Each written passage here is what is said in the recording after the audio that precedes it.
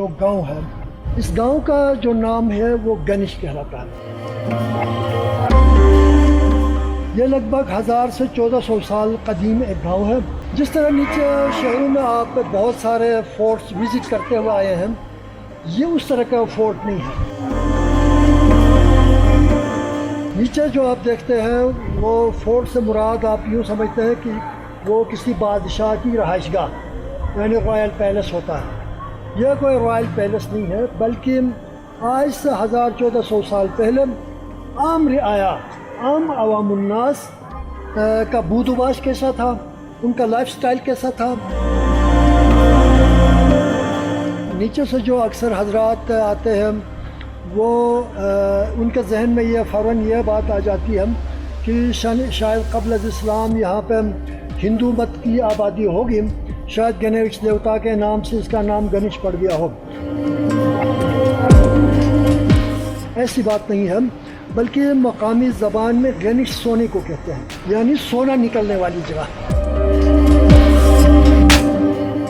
تو یہ ایک فورٹیفائڈ کالونی ہے، قلعہ بند گاؤں ہے۔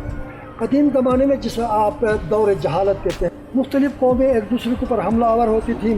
مضبوط قومیں کمزور قوموں کے اوپر حملہ آور ہو کے ان کے سارے علاقے پر قبضہ جما کے بیٹھ جاتے تھے۔ تو اسی طرح پھر چھوٹے چھوٹے سٹیٹ میں یہ علاقہ منقسم تھا۔ وہ سٹیٹس بھی ایک دوسرے کے اوپر حملہ آور ہوا کرتے تھے۔ تو بعض اوقات وہ کسی کونے پہ حملہ کر کے کچھ گھروں کو تاخت و تاراج کر کے لوٹ کھسوٹ کر کے بھاگ بھی جاتے تھے۔ تو ایسی حالت میں اللہ کے فضل سے جس طرح رہ رہے ہیں آج کے دور میں، تو اسی طرح اس زمانے میں کسی کھلی جگہ میں گھر بنا کے بیٹھنا وہ موت کے لیے دعوت تصور کیا جاتا تھا۔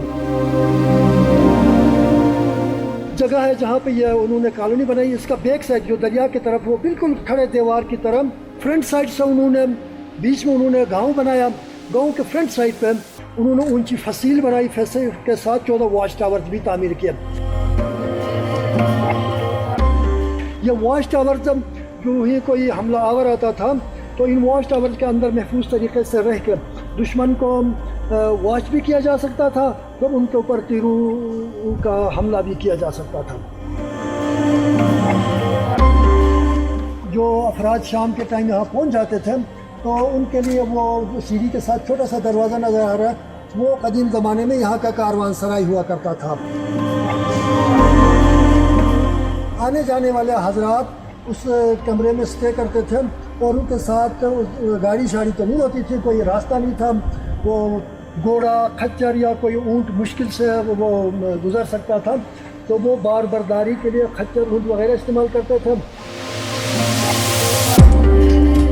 یہ جو تالاب آپ لوگوں کو نظر آ رہا ہے یہ بھی ان کا ڈیفینس پوائنٹ آف ویو سے بنایا گیا تھا۔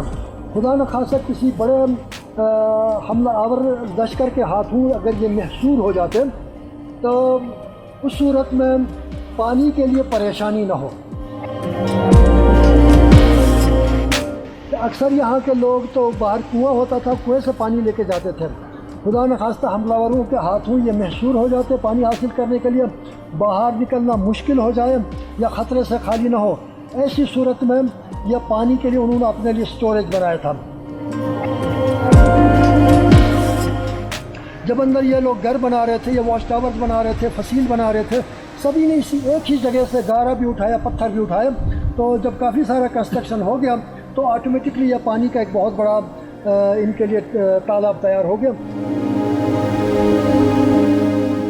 یہاں سے گاؤں کے مرکز تک جونیپر ٹری کا ووڈن پائپ بنا کے زیر زمین اس کو فکس کیا گیا۔ خدا نخواستہ کسی محصور ہونے کی صورت میں اس ووڈن پائپ کو کھول کے گاؤں کے مرکز سے ہی پانی بے آسانی حاصل کیا جا سکتا تھا۔ یہ اس گاؤں کا واحد انٹرسٹ تھا۔ یہاں شام کو مغرب کے بعد یہ دروازہ لاک ہو جاتا تھا، رات کو کھولنا سخت منع تھا، یعنی رات کو دروازے کا کھولنا پورے گاؤں سے غداری تصور کیا جاتا تھا۔ یہ انسانی فطرت ہے نا کہ انسان چاہتا ہے کہ اس کے مرنے کے بعد بھی اس کا نام معاشرے سے نہ مٹے۔ ایسا ہی حربہ ہمارے لوگوں نے بھی استعمال کیا کہ